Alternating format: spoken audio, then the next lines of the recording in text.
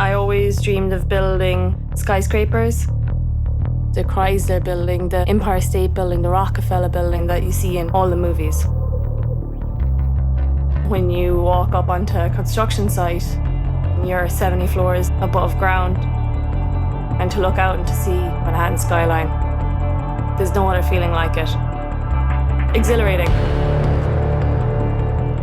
Concrete is definitely the toughest part of the job site. We're the first ones pouring each floor. Every person that works in construction in New York City needs to be tough. Making sure that they have what they need is how I do my job. DEWALT cordless tools are the toughest out there.